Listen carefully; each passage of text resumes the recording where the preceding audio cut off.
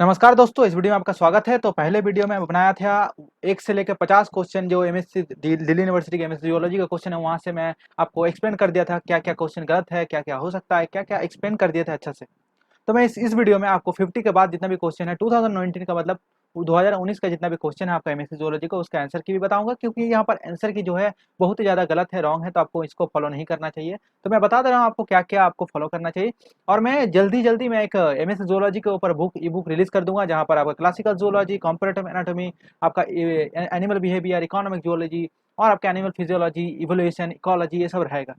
तो ये मैं जल्दी करने वाला हूँ, मैं कर रहा हूँ, मेरा दोस्त लोग भी कर रहा है। तो मैं रिलीज़ कर दूँगा, और पहले भी मैं 2 बुक ऑलरेडी रिलीज़ करके रखा हूँ, मॉलिक्यूलर बायोलॉजी जेनेटिक्स के ऊपर और एक बायोकेमिस्ट्री, सेल बायोलॉजी, इम्यूनोलॉजी के ऊपर। अगर अभी तक नहीं लिए हैं, अगर लेना चाहते हैं तो डिस्क्रिप्शन में लिंक दे दूँगा, आप जाके ले सकते हैं। दोस्तों, इस वीडियो में आपको बताऊँगा, यहाँ पर बहुत सारे आंसर की गलत है, तो मैं पार्ट बाय पार्ट एक्सप्लेन करते जाऊँगा, क्या है नहीं है, सिर्फ आपको आंसर की नहीं बोलूँगा, उसके पीछे आपका बैकग्राउंड में जो कॉन्सेप्ट रहता है वो भी बताऊँगा। तो चलिए दोस्तों, शुरू करते हैं। तो पहले जो 51 वाला क्वेश्चन है, देख सकते हैं ग्लूट 4। अगर आप मेरा वीडियो नहीं देखे हैं अभी तक, जितना भी स्टडी मटेरियल को बना के रखा हूँ मैं, वहाँ पर ग्लूट का जितना भी रिसेप्टर होता है, क्या क्या उसका काम होता है, कहाँ पर रहता है, मैं ईच एंड एवरी चीज़ वहाँ पर एक्सप्लेन किया हूँ। मैं फिर यहाँ पर बता दे रहा हूँ कि जो ग्लूट 4 होता है वो आपका ग्लूकोज ट्रांसपोर्ट करने के लिए हेल्प होता है। ये क्या रहता है, सेल के अंदर वेसिकल्स रहता है, वेसिकल्स में ग्लूट 4 रिसेप्टर रहता है। जब इंसुलिन रिसेप्टर को आके इंसुलिन बाइंड करता है, तब ये ग्लूट 4 रिसेप्टर एक्सप्रेस करता है सेल के अंदर, ऑलरेडी सेल मेम्ब्रेन में नहीं रहता है। तो इसका आंसर ग्लूकोज ट्रांसपोर्ट होगा। इसके बाद है दोस्तों, Eustachian tube is present between, मतलब आपको पता होगा कि ये ट्यूब होता है जहाँ पर लैरिंग्स और आपका मिडिल आर, आपको पता होगा कि तीन पार्ट में डिवाइड हो जाता है। आपका इनर आर होता है, आउटर आर है, मिडिल आर होता है। मिडिल आर में एक ट्यूब के थ्रू लैरिंग्स में अटैच रहता है, उसको आप लोग यूस्टेशियन ट्यूब बोलता है। तो इसका आंसर सही है कि मिडिल आर लैरिंग्स होगा। इसके बाद दोस्तों, step wise method for solving problem in computer science is called. ये यहाँ से कंप्यूटर साइंस से क्वेश्चन पूछा गया। और नॉर्मल सी बात है, जियोलॉजी के स्टूडेंट को ये ज़्यादातर नहीं पता होता है। तो अगर नहीं भी कर पा रहे इस टाइप का क्वेश्चन तो कोई दिक्कत नहीं, आप छोड़ सकते हैं, ठीक है। लेकिन इसका आंसर फ्लो चार्ट होगा। A non sense mutation involve, non sense मतलब क्या बोलता है, कोई भी म्यूटेशन अगर हो रहा है, अगर वो म्यूटेशन होने के बाद वो अगर स्टॉप कोडन में कन्वर्ट हो रहा है, स्टॉप कोडन 3 तरह का होता है, आपको पता होगा, UGA, ये 3 तरह का होता है, आप देख लीजिएगा स्टॉप कोडन जितना भी होता है। अगर कोई भी कोडन अगर स्टॉप कोडन में कन्वर्ट हो रहा है तो उसको नॉन सेंस म्यूटेशन बोला जाता है। इसका आंसर होगा creation of the stop codon. यहाँ पर आंसर दोस्तों रेगुलेटरी सीक्वेंस दिया है, ये आंसर गलत है। अब स्काइजोसिलिक फाइला, मतलब अब फाइला कौन सा है, फाइलम कौन सा, फाइलम में ये तरह का सिलोम पाया था। आपको पता होगा एसिलोमेट होता है, सिलोमेट होता है, स्काइजोसिलोमेटिक होता है, और ड्यूटरस्टोम भी होता है, ड्यूटरसिलोम भी होता है। तो यहाँ पर जो आपको स्काइजोसिलोक पूछा है, तो यहाँ पर एनिलिडा आर्थ्रोपोडा मोलस्का इसका आंसर होगा। लेकिन आंसर में देखिए दिया है प्रोटोजोआ पॉरीफेरा, आपको सबको पता है, ये गलत आंसर दिया है कि ये एसिलोमेट होता है, ठीक है। और उसके बाद identify the statement that is true for coenzyme Q. यहाँ पर जो आंसर है आपको पता होगा कि prostatic group of succinate coenzyme जो आंसर में दिया है वो नहीं होने वाला है। लेकिन मेरे को जितना लग रहा है कि accept and release the electron at one at a time, तो ये हमको थोड़ा कन्फ्यूजन है, अब देख लीजिएगा अगर आपको क्या लग रहा है। मेरे को ये एक्सेप्ट रिलीज वाला कॉन्सेप्ट ही लग रहा है। उसके बाद है enzyme that can leave and join the DNA molecule. आपको पता होगा कि जो डीएनए लाइगेज करता है वो जोड़ता है, डीएनए पॉलीमराइजिंग काम को करता है, प्राइमेज आपका प्राइमर बनाता है। लेकिन गायरस क्या करता है, ये आपका टोपो आइसोमरेज टाइप होता है। एक टोपो आइसोमरेज का काम क्या होता है, जितना भी सुपर कॉइलिंग होता है उस सुपर कॉइलिंग को हटाना होता है, कैटेनेशन को डीकैटेनेशन करना होता है। मतलब क्या करता है, डीएनए को ब्रेक करता है, उसको ब्रेक करके डीकैटेनेशन करके, कैटेनेशन अगर है तो डीकैटेनेशन करने के बाद उसको जोड़ता है। डीकैटेनेशन मतलब क्या, अगर उलझा हुआ चीज, अगर डीएनए उलझा हुआ है तो उसको सही करना, यही इसका काम है अगर हिंदी में बोले तो गायरेज इसका आंसर होगा, जो काटता भी है और जोड़ता भी है। डीएनए एक स्पेशल टाइप का एंजाइम होता है। इसके बाद दोस्तों, amino acid are transferred by the tRNA on the protein synthesis, each amino acid has. आपको पता होगा कि कोई भी जब ट्रांसलेशन होता है तो आपका टीआरएनए जो होता है अमीनो एसिड के थ्रू लोड होता है, कि एंजाइम के थ्रू, जिसको अमीनो एसिड टीआरएनए सिंथेटेज बोला जाता है। और वो बहुत तरह का डिफरेंट टाइप का होता है। तो ये अगर प्रोसीजर को नहीं पता तो आप जाकर ट्रांसलेशन में एक बार पढ़ लीजिए, कोई भी सोर्स हो, इंटरनेट से हो, बुक हो, जो आपके पास नोट्स हो, वहां से पढ़ लीजिएगा। यहाँ पर इसका आंसर जो होगा only one tRNA for the each amino acid. क्यों ये होगा कि कोई भी अमीनो एसिड अगर टीआरएनए से बाइंड कर रहा है तो टीआरएनए का स्पेसिफिक एंटीकोडन रहता है, और वो एंटीकोडन स्पेसिफिक कोड को रिप्रेजेंट करता है। तो ये होना बहुत ही जरूरी है कि एक पर्टिकुलर टीआरएनए एक पर्टिकुलर अमीनो एसिड को रिकॉग्नाइज करे। इसके लिए आपका different different amino acid tRNA synthetase enzyme रहता है सेल के अंदर। इसके बाद दोस्तों, आंसर जो during equilibrium density gradient centrifugation, ये सेंट्रीफ्यूगेशन का टाइप होता है। तो आपको कोई भी सेंट्रीफ्यूजन हो जाए, वो यहाँ पर पूछा गया the density of the liquid equals to the density of the sedimenting particle. अगर सेडिमेंटिंग पार्टिकल और लिक्विड का सेम डेंसिटी हो ना, तो कोई मूवमेंट होने वाला है नहीं। ये देख लीजिएगा, आपको अगर नहीं भी पता है देख लीजिएगा, इंटरनेट पर सर्च करिएगा तो आपको पता चल जाएगा कि इसका आंसर जो है नॉट मूव एट ऑल, कोई भी चीज़ मूव नहीं करेगा अगर दोनों का डेंसिटी सेम हो जाए तो। इसके बाद है दोस्तों कि during assembly of the intermediate filament the polarity is lost when, कब लॉस्ट हो जाएगा पोलैरिटी, ड्यूरिंग द असेंबली। तो ये हमको पता होगा, इंटरमीडिएट फिलामेंट का अगर असेंबली आपको पता होगा तो आप यहाँ पर आंसर आराम से कर पाइएगा। सेल बायोलॉजी का पार्ट है दोस्तों, साइटोस्केलेटन का पार्ट है। तो इसका आंसर जो होगा दोस्तों कि यहाँ पर tetramer form the protofilament, protofilament form करता है टेट्रामर, तो इसका आंसर यही होने वाला है। उसके बाद है fog oocyte do not soil in hypotonic solution, the most possible explanation for this is the absence of. अगर ये सोइल नहीं कर रहा है, अगर तुमको बाहर में हाइपोटोनिक, हाइपोटोनिक सॉल्यूशन मतलब होता है जहां पर आपका कंसेंट्रेशन कम होगा एज कम्पेयर टू सेल के अंदर जो ओसाइड है, लेकिन सेल नहीं सोइल कर रहा है, मतलब फूल नहीं जा रहा है, मतलब क्यों नहीं फूल रहा है, क्योंकि जिस वाटर जहाँ से ट्रांसपोर्ट करता है वो पर्टिकुलर चैनल नहीं है, तो वो जो वाटर को ट्रांसपोर्ट करता है उस चैनल का नाम है आपका एक्वापोरिन। एक्वापोरिन होता है वाटर को पास करता है सेल के अंदर और सेल के बाहर जाने में हेल्प करता है। तो एक्वापोरिन अगर नहीं रहेगा, अगर इसमें कोई म्यूटेशन हो जाए तो ये प्रॉब्लम क्रिएट हो सकता है। तो इसका आंसर सोडियम पोटेशियम एटीपीएस नहीं होगा, इसका आंसर एक्वापोरिन होगा। उसके बाद choose the incorrect statement, incorrect statement कौन सा होगा दोस्तों, ध्यान से रखिए, इनकरेक्ट बोला है, करेक्ट नहीं, ठीक है। तो करेक्ट पहले ढूंढ लीजिए और इनकरेक्ट जो है उसको टिक कर लीजिएगा। तो यहाँ पर पढ़ लीजिएगा आप लोग, लेकिन इसका आंसर जो है 2 नंबर होगा। Red data book compiles data on extinct species, तो रेड डाटा बुक कोई भी एक्सटिंक्ट स्पीशीज को कंपाइल नहीं करता है, तो इसका आंसर 2 होगा, इनकरेक्ट डेटा। उसके बाद दोस्तों आंसर में लिखा है coral reef consider the most diverse and productive biomes on the earth. इसके बाद आंसर है दोस्तों in Robertsonian translocation fusion occur at, fusion कहाँ होता है, तो आपको पता होगा रॉबर्टसोनियन सोनियन ट्रांसलोकेशन एक स्पेशल टाइप का ट्रांसलोकेशन होता है, वो सेंट्रोमियर में होता है। अगर आपको पता नहीं ट्रांसलोकेशन क्या होता है पहले एक बार देख लीजिएगा, और ट्रांसलोकेशन का एक टाइप होता है जिसको रॉबर्टसोनियन ट्रांसलोकेशन बोला जाता है, ये एक बार देख लीजिएगा, ठीक है। तो इसका जो होता है आंसर ये सेंट्रोमियर होगा, टेलोमियर नहीं होता।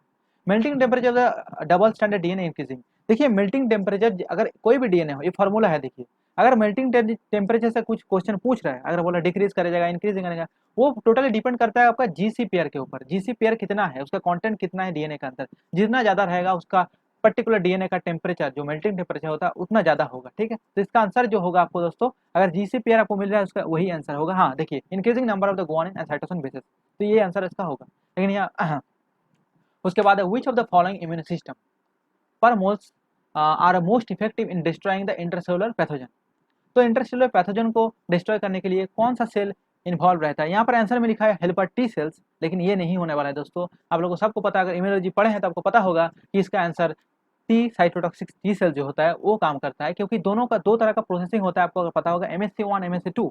MHC1 इंटरसेलुलर पैथोजन के लिए होता है और MHC क्लास 2 वो बाहर का पैथोजन के लिए रिस्पॉन्सिबल होता है। इसका दोनों प्रोसेस आपको पढ़ना चाहिए, यहाँ से क्वेश्चन बहुत सारा पूछे जाते हैं। MHC मॉलिक्यूल के ऊपर मेजर हिस्टोकम्पेटिबिलिटी कॉम्प्लेक्स जिसको बोला जाता है, जो आपका कोई भी ऑर्गन ट्रांसप्लांट करने के टाइम भी आपका देखा जाता है, जिसके लिए आपका कंपेटिबिलिटी होना बहुत ही जरूरी होता है। इसलिए फैमिली का किडनी या लिवर ट्रांसप्लांट करना पड़ता है, कोई भी दूर अगर फाइलोजेनेटिक डिस्टेंस हो गया तो वहाँ पर आपका इम्यून सिस्टम अपना ही किडनी को मार देगा by recognising the MHC molecule, ठीक है। ये भी क्वेश्चन कभी कभी पूछ लिया जाता है, इसलिए मैं एक्सप्लेन कर दिया यहाँ पर, ठीक है। इसके बाद दोस्तों पूछा है in eukaryotic cell cycle metaphase to anaphase transition regulated by the activity. देखिए यहाँ पर थोड़ा आपको पता होगा कि मेटाफेज से एनाफेज ट्रांजिशन पूछा है, तो इसका एक ही आंसर होगा APC.C। इसका फुल फॉर्म क्या है, एनाफेज प्रोमोटिंग फैक्टर होता है एक स्पेशल टाइप का, जो क्या करता है कि सेंट्रोमियर में जो आपका सेंट्रोमियर में जितना भी काइनेटोकोर रहता है, काइनेटोकोर में आपका माइक्रोट्यूबुल बाइंड रहता है, तो सिक्यूरिन आता है, सिक्यूरिन एक बाइंड करके रखता है, तो जब आके एपीसी मॉलिक्यूल एक्टिवेट होता है तो वो जाकर डिस्ट्रॉय कर देता है और दोनों क्रोमोसोम सेपरेट हो जाता है दोनों तरफ पोल में, तो एपीसी कॉम्प्लेक्स रिस्पॉन्सिबल होता है। लेकिन आंसर में CDK1 एंड साइक्लिन भी होता है। देखिए ये दोनों CDK1 और साइक्लिन भी रिस्पॉन्सिबल होता है आपका एम फेज को रेगुलेट करने के लिए, लेकिन particularly metaphase to anaphase transition के लिए रिस्पॉन्सिबल नहीं होता है। उसके बाद जो क्वेश्चन जो पूछा गया, most animals R T dweller, ज़्यादातर को जो एनिमल्स ट्रीज है, most animals R T dweller in the कहाँ पर होता है, और ट्रॉपिकल रेन फॉरेस्ट में होगा। इसके बाद matching following the tumour cells origin with cancer type, आपको पता होगा, ये देखिए क्वेश्चन हर जगह पूछता है, CSR नेट में पूछ लेता है, यहाँ पर पूछेगा, BHU में पूछेगा, दिल्ली यूनिवर्सिटी में पूछेगा, JNU CEB में पूछता है, हर जगह JNU लाइफ साइंस में हर जगह पूछ लेता है, इस टाइप का क्वेश्चन है। ये क्वेश्चन बहुत ही कॉमन है। यहाँ पर आपको याद रखना पड़ेगा, सार्कोमा मतलब मसल सेल्स, और आपका कार्सिनोमा जो होता है एपिथेलियल सेल्स के लिए, और ल्यूकोमिया आपका ब्लड सेल्स के लिए होता है रिस्पॉन्सिबल। और आपको कुछ भी याद रखने का जरूरत नहीं, बाकी कुछ भी अदर कॉम्बिनेशन अगर दे दे तो आप सॉल्व कर पाइएगा। देखिए आपको 3 अगर पता है, 4 ऑटोमेटिक आप सॉल्व कर दीजिएगा। तो इसका कॉम्बिनेशन आप लोग देख लीजिएगा, मैं बता दिया कि मसल सेल के लिए सार्कोमा होगा, एपिथेलियल के लिए कार्सिनोमा होगा, ब्लड सेल के लिए लिकोमिया होगा और जार्म सेल के लिए आपका टेट्रोकार्सिनोमा होगा। तो maximum diversity can be seen, maximum diversity कहाँ देखा जाता है, तो क्वेश्चन ये पूछा गया है। इसका आंसर होगा दोस्तों ट्रॉपिकल रेन फॉरेस्ट, ठीक है, यहाँ पर ज़्यादा आपका प्रोडक्टिविटी भी देखा जाता है। इसके बाद है what is the unit of molar extension coefficient. मैं आगे भी एक्सप्लेन किया था कि इस तरह ये बियर-लैम्बर्ट इक्वेशन से क्वेश्चन पूछा गया है। मैं एक वीडियो भी बनाया था बायोलॉजिकल मैथ के ऊपर, अगर आपका देखना है तो आई बटन में जाकर देख लीजिएगा कि मैं बताया था कि मोलर एक्सटेंशन कोफिशिएंट बहुत ही इंपॉर्टेंट है, यहाँ से बहुत सारा क्वेश्चन पूछा जाता है। तो यहाँ पर देखिए, यहाँ पर जो क्वेश्चन यहाँ पर पूछा गया कि यूनिट क्या होगा, यहाँ सिंपली कैसे निकालेगा हम यूनिट। आपको अगर फॉर्मूला पता है कि absorption is equal to extension coefficient into length into मतलब क्यूबिट का जो लेंथ होता है इनटू आपका कंसेंट्रेशन, तो आप आराम से यहाँ से निकाल दीजिएगा। इसका आंसर होगा मोलर इनवर्स सेंटीमीटर इनवर्स। देख लीजिएगा, फॉर्मूला याद रहने से आप ये आंसर आराम से निकाल सकते हैं। उसके बाद है ये मॉलिक्यूलर बायोलॉजी से क्वेश्चन पूछा है what is the function of the lacZ gene a PUC18 vector among the following. आपको थोड़ा गुमराह करने के लिए यहाँ पर PUC18 वेक्टर पूछ लिया गया, लेकिन इसका आंसर अगर ध्यान से देखिएगा लैग-जीट, आपको पता होगा ना लैग-जीट क्या फॉर्म करता है। आपको अगर पता होगा कि लैग-जीट आपका बीटा गैलेक्टोसाइड एंजाइम को कोड करता है, तो जहाँ पर भी जाएगा वही काम करेगा, उसका काम में चेंजेस नहीं होगा। वो वेक्टर में पुट कर दिया तो वही करेगा काम, ठीक है। तो इसका आंसर जो होगा दोस्तों कि encode the beta galactoside enzyme, लेकिन आंसर में दिया है इनकोड द एंटीबायोटिक रेजिस्टेंस, ये नहीं होता है, लैग-जेड ये नहीं करता है, ठीक है। तो बहुत सारे आंसर की यहाँ पर गलत है, तो इसलिए मैं इसमें वीडियो बना रहा हूँ, क्योंकि यहाँ पर अगर आइए फॉलो करके जाइएगा तो बहुत सारा स्टूडेंट फॉलो भी कर लेता है, और जो थोड़ा सॉल्व करता है आपको थोड़ा प्रॉब्लम होता है तो पूछ लेता है, सॉल्व कर लेता है, लेकिन मैं बता दिया कि क्या क्या है नहीं है, आपको ईजी हो जाएगा इसमें। So what is the ecological model of the relationship that form the network of the complex interactions among the organism in community from producers to decomposers। तो आपको यहाँ पर क्या होगा, देखिए एक नेटवर्क है, नेटवर्क का बात अगर आ रहा है इकोसिस्टम में तो एक ही आंसर होगा उसका food web.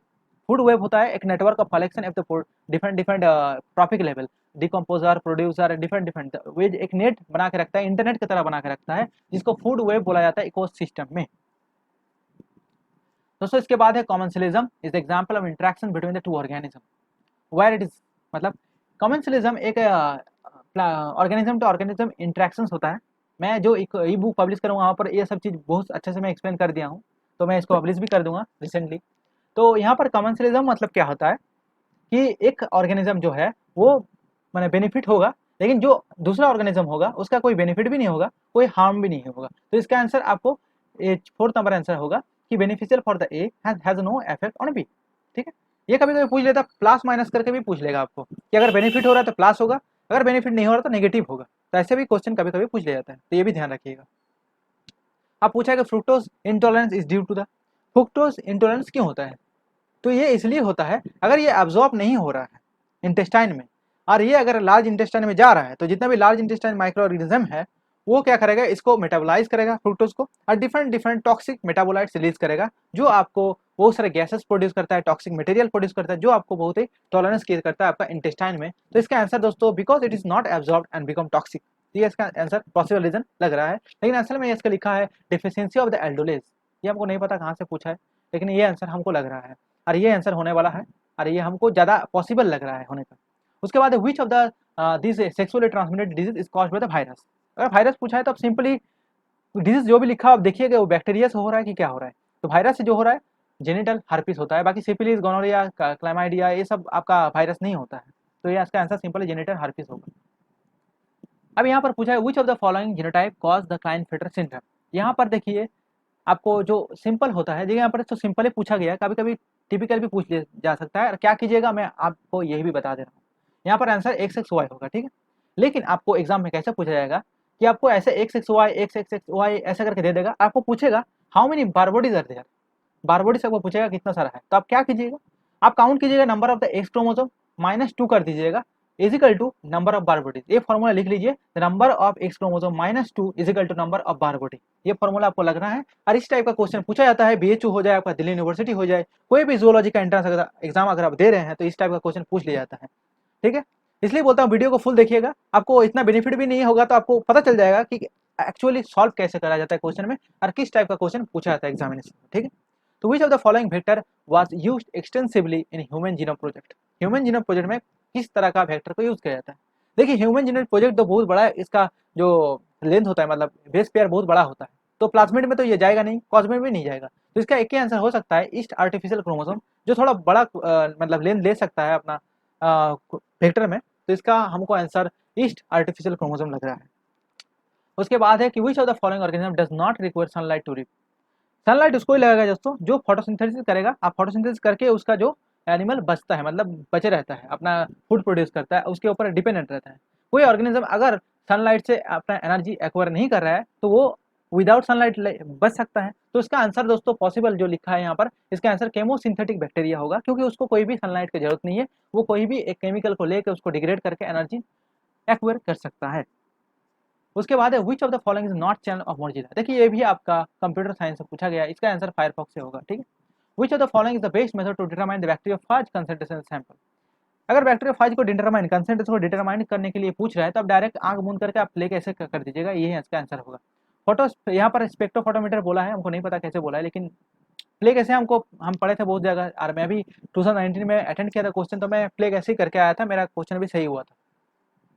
Amino acid can be used for generation of energy because, amino acid को अगर एनर्जी प्रोडक्शन के लिए यूज होता है तो क्यों होता है, तो आपको पता होगा कि ट्रांसएमाइनेशन होता है।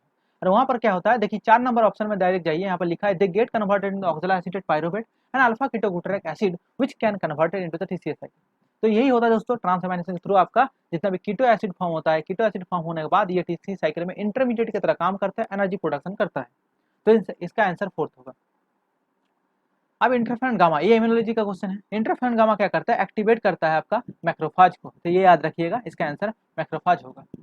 The bacteria with a tuft of flagella found at one of the cell pole is called, मतलब टफ ऑफ फ्लैजेला बोला है, अगर ज्यादातर स्टूडेंट मोनोट्रैकस करके जाएगा, ये नहीं लिखा है कि लिखा है tuft of flagella at one place, मतलब एक जगह में बहुत सारा फ्लैजेला रहेगा एक पॉइंट में, तो उसको लोफोट्राइकस बोला जाता है दोस्तों। तो इसका आंसर आपका 4 होगा, नहीं 1 नहीं होगा, तो ये आप ध्यान रखिएगा थोड़ा। टफ ऑफ फ्लैजेला बोला है, tuft of flagella found at one of the cell pole, ठीक है, ध्यान रखिएगा इसको। प्रोटेक्टेड फर्मेंटेशन यूज, यहाँ पर थोड़ा मेरे को कंफ्यूजन है, क्या इसका आंसर होगा नहीं पता एग्जैक्टली, तो आप लोग अगर पता है तो डिस्क्रिप्शन में लिख दीजिएगा कि दूसरे स्टूडेंट को भी पता चल जाए। विच of the following is the best which the first biological database, कौन सा डेटाबेस फर्स्ट होगा, तो जीन बैंक होगा। और इसके बाद है muscle cells actually refers to muscles, ये थोड़ा कंफ्यूजन टर्म है, हम थोड़ा खुद कंफ्यूजन हो गए थे कि इसका आंसर क्या होगा, फाइब्रिल होगा या बंडल होगा, तो आप देख लीजिएगा आपको अगर पता होगा तो। The isoform of the actin present in all cells are, तो अल्फा एक्टिन रहता है, आपको पता होगा, अगर आप साइटोस्केलेटन पढ़े हैं तो आपको वहाँ से आंसर मिल जाएगा alpha actin.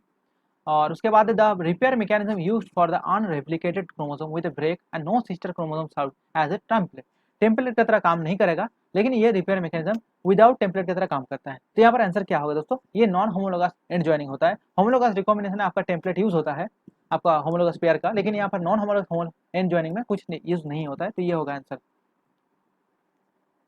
Recombination based double band spec repair pathway, यहाँ पर ये आंसर पूछा है, मैंने आंसर में ये लिखा है, लेकिन ये हमको नहीं पता कि ये भी हो सकता है, नॉन होमोलोगस एंड भी हो सकता है, रिकॉम्बिनेशन हो सकता है, तो मेरा कंफ्यूजन होता है। देखिए मैं खुद 2019 में अटेंड किया था क्वेश्चन, लेकिन सब नहीं कर पाए थे, और अभी भी कंफ्यूजन है इस सब का क्वेश्चन में। तो ये देख लीजिएगा क्या क्या इसका आंसर हो सकता है पॉसिबल। उसके बाद larger poison claws of the centipede are component of, तो poison claws of the centipede, centipede आपको पता होगा सेंटीपेड एंड मिलीपेड होता है, तो स्कोलोपेंड्रा होता है सेंटीपेड, तो उसका जो टेल्सन पार्ट में रहता है आपका पॉइजन क्लॉज, ठीक है, तो ध्यान रखिएगा इसका क्वेश्चन मैंडिबल्स नहीं होगा।